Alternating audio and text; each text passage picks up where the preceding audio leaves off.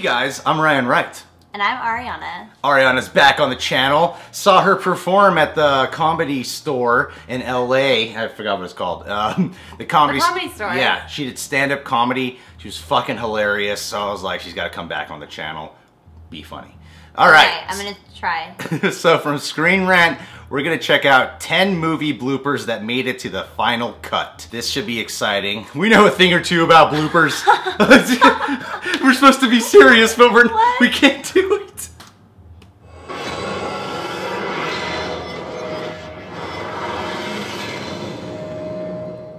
Even the most intense and dramatic movies can't keep actors from goofing around, which means plenty of blooper reels and blown takes for fans to enjoy during the credits or as a bonus on home video. But sometimes a spur-of-the-moment decision, mistake, or even an injury can be too good to cut. Make sure you comment below as you watch, because we want to know what you guys think of our videos. Here are Screen Rant's 10 movie bloopers that made it to the final cut. Django Unchained.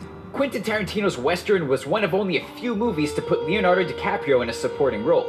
But the actor found a surprising way to prove he's always a superstar. During the movie's climactic dinner scene, Calvin Candy's anger explodes, resulting in broken bone, smashed glass, and blood. The injury was completely unplanned.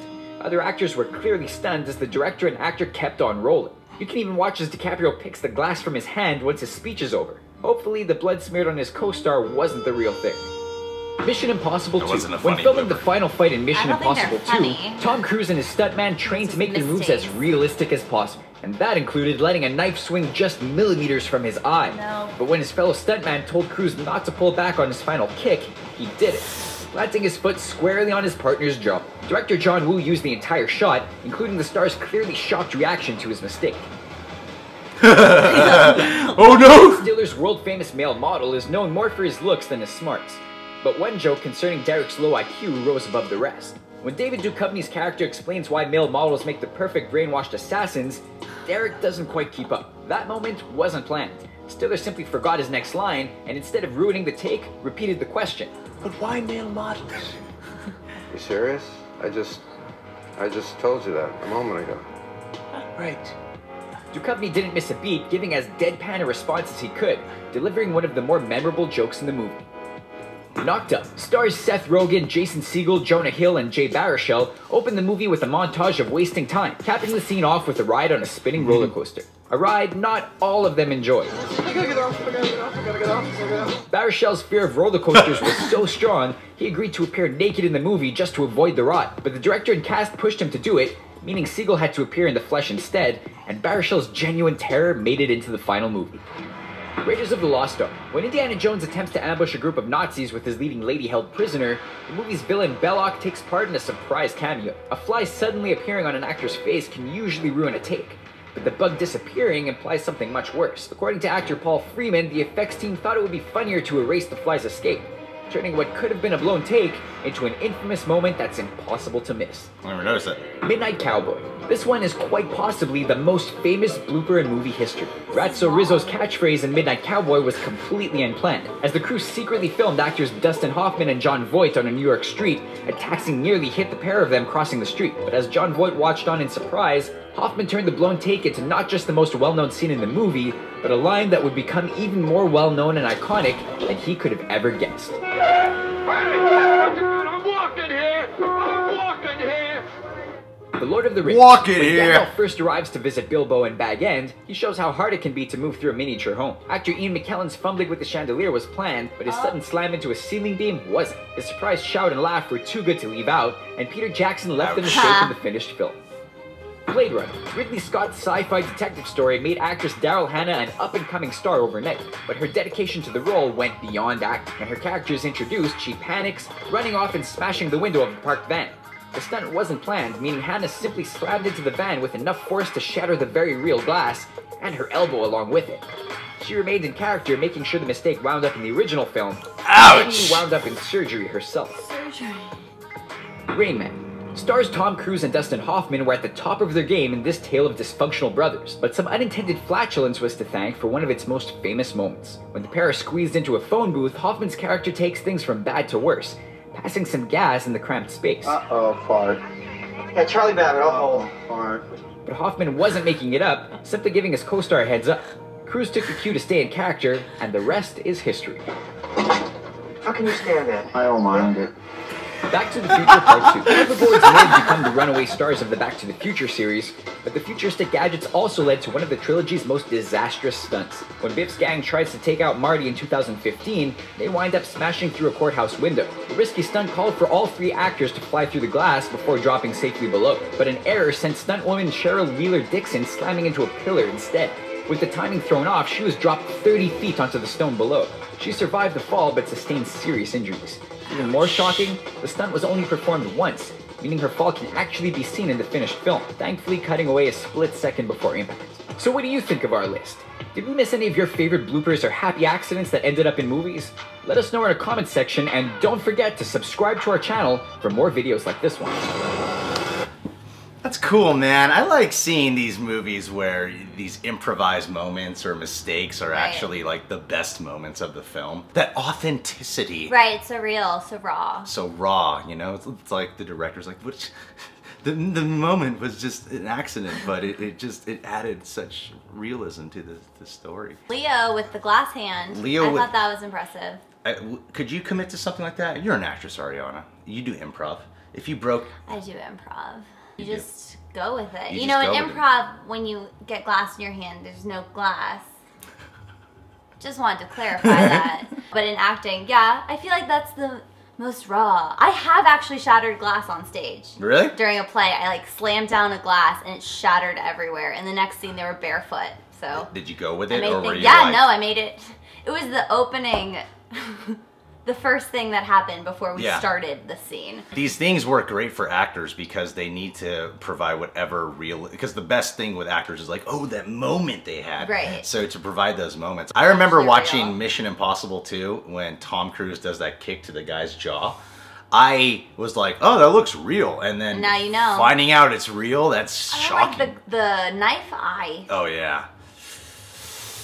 Tom Cruise, man. Do whatever you can to distract people from the fact that you're a Scientologist. Ugh. Ugh. But no, that jaw kick, I'm surprised it didn't kill the guy. I know. I heard that if you punch a guy right here, like directly forward. Yeah, just a punch. The jawbones right here will go and hit their, like... brain? Something like that. They hit their just brain die? and they could die. Same thing with a palm to the nose. Yeah, you're supposed to go like... Yeah, up, and then it could kill them. And this could knock them out. Started for a little bit. boxing, so I understand. You box now? Yes. You can punch? Yeah. Nah. Yeah, and I was also a yellow belt. Which is one up from white. White, right? Was it Jewish karate? What is Jewish karate? This is about to be... L'chaim. Hey, money. Money. Yes, that's what I do. I go, l'chaim, money. There was one thing, because I'm watching these and I'm like, I could roll with the punches on that. The one I couldn't roll with was the guy with the fly going in his mouth. That I would have been like, I gotta cut the camera or something because that's just too much. Well, aren't they saying that they edited out the fly leaving so it looks like it went in his mouth? Oh, I thought they were saying it went in its mouth and then they edited it out. Instead of edited. I'm pretty sure I'm right. Let's hope so. Otherwise you're gonna disappoint all the Jewish fan base.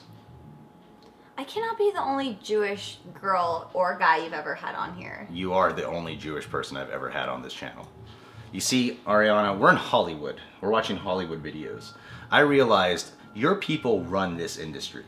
I need to get in good with you, so that way I can And get this in is with your all way the of getting Jews. in good with me? Yeah, man. Jews are awesome. They did nothing to my man Jesus. Okay, let's just do this. My favorite one would have to be fart. The fart, you know? Because I remember watching that scene going, that's some good acting right there. They managed to make a physical fart joke comedy moment actually work, and But it's cool. It's just real. It's just real. It's just real. Sometimes I fart to make people uncomfortable too, just to get a reaction out of them. I do that with burping. Whoa! That was like a weak one. No, too. that was not bad. Yeah, I have acid reflux. Especially for a Jew. Really good. Jews. Anyway, guys, if you're new to the channel, you can subscribe to The Real Rejects. Ariana Basseri, you can follow her on social networks, especially her YouTube channel, which we were talking about. She has some things in the pipeline that she wants to do. Yeah, I gotta edit some ish. Yeah, some ish. Why'd you dye your hair black? Everyone wants the blonde. Always What? Everyone liked the blonde. No, no one liked the blonde. All the comments were like, she looks like that guy. Which guy? Who was it? I don't know. No, my hair is naturally dark. Is it? You know this. I don't remember. My hair has only ever been dark except for 6 months of my life when I went on your channel. I choose to block out most Really? of the memories I Any have with photos? you. The pilot we did? Any of it? I don't know, like Don't ages 9 to 25. 25, like, whatever. I Sorry. look better with dark hair. I don't want to hear about it. Okay, okay. And overalls too. That's good. And you can follow us on Facebook, Instagram, Twitter, Vine, and Periscope, where if we get enough followers, we can do product placement. More product placement. Meaning more cha-ching for the real rejects. More money for me. No real benefit for you. People are like, you should use that money, invest it back into the channel. No. I wonder if I'll make money one day. One day. I mean, you're Jewish, so it's like your main It comes obstacle. naturally Yeah, to me. it's a way to do it, whether you just be cheap or, you know, whatever.